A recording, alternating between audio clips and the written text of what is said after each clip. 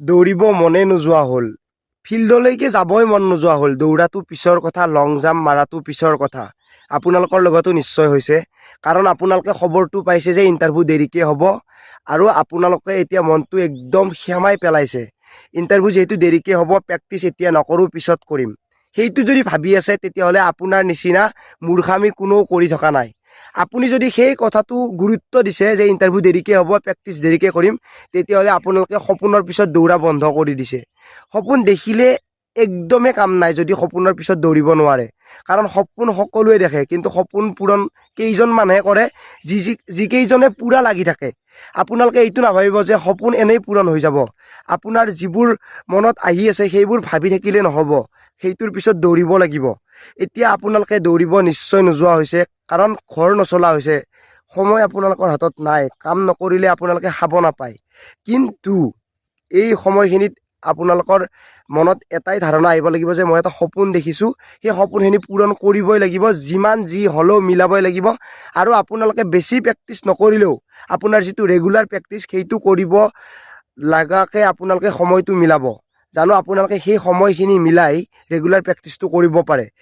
কেনেকৈ মিলাব আপোনালোকক এটা সাধাৰণ উদাহৰণ দিওঁ। আপোনাৰ যিমান কাম নাথাকক, ঘৰৰ মানুহৰ সকলোৰে কাম থাকে। সকলো মানুহে সময় কম হ'লেও কাম যেনেকৈ নহয় কৰে, কাম মিলাব লাগে। কিন্তু ঘৰৰ মাকৰ নিচিনা কাম কাৰো নাথাকে।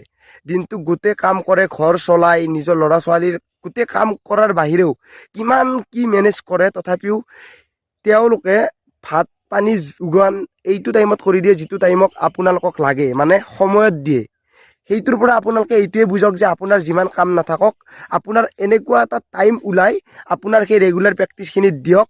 আৰু সেই ৰেগুলাৰ প্ৰেক্টিচে আপোনালোকক ইণ্টাৰভিউ কেতিয়া হয়, কোনদিনা হয়, সেইটো আপোনালোকৰ মনত নাহাকে আপোনালোকক বহুত বেছি আগলৈ লৈ যাই থাকিব।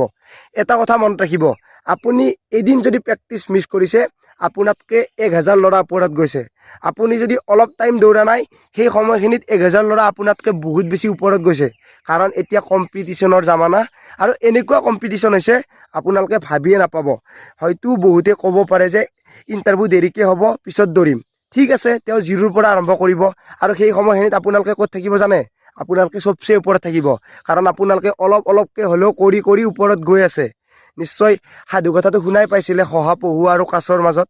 কাৰণ শহাপহু অহংকাৰী আছিলে, 0ৰ পৰা আৰম্ভ কৰিম বুলি ভাবিছিলে যে পিছততো থাকিবই। কিন্তু কাছই গৈ গৈ গৈ গৈ এটা সময়ত তেওঁ ডেষ্টিনেশ্যন পাৰ কৰি পেলালে। কাৰণ কি, তেওঁ মনত এইটোৱে ভাব আনিছিল যে মই গৈ থাকিম, লাহে লাহে হ'লেও গৈ থাকিম, কাৰণ মোৰ এইটো কাম, সেনেকেই মই কাম কৰোঁ। কিন্তু শহাপহুৱে সেইটো ভবা নাছিলে যে মই কাম কৰিব পাৰোঁ, যেতিয়া তেতিয়া কৰিম। সেইটো নহয়, সময় থাকোঁতে আপোনালোকে সুবিধাটো মিলাই আপোনাৰ সুযোগটো পালে ফাইদা উঠাব লাগিব। সময় কেনেকৈ মিলাই সেইটো পিছৰ কথা। ৰাতি হ'লেও মিলাব লাগিব, ৰাতিপুৱা হ'লেও মিলাব লাগিব, দুপৰীয়া হ'লেও মিলাব লাগিব, পিছবেলা হ'লেও মিলাব লাগিব। মুঠতে আপোনালোকে সময়টো মিলাই আপোনাৰ ৰেগুলাৰ প্ৰেক্টিচটো কৰিব লাগিব। ইণ্টাৰভিউ কেতিয়া হয় বাদ দিয়ক, আপোনাৰ কেৱল কাম হ'ল ৰেগুলাৰ প্ৰেক্টিচ কৰা, সময় মিলাই প্ৰেক্টিচ কৰা, সেইটো কৰক। ইণ্টাৰভিউ যোনদিনা হয়, যেতিয়া হয় হৈ থাকিব। কিন্তু যদি ইণ্টাৰভিউ সোনকালে হয়, তেতিয়া আপোনালোকে পস্তাব। কাৰণ এতিয়াতো এইটো কোৱা নাই যে ইণ্টাৰভিউ ডেটটো কোৱা নাই। ইণ্টাৰভিউ আজিও হ'ব পাৰে, কালিও হ'ব পাৰে, 10 মাহ পিছতো হ'ব পাৰে, 1 বছৰ পিছতো হ'ব পাৰে, 2 মাহ পিছতো হ'ব পাৰে।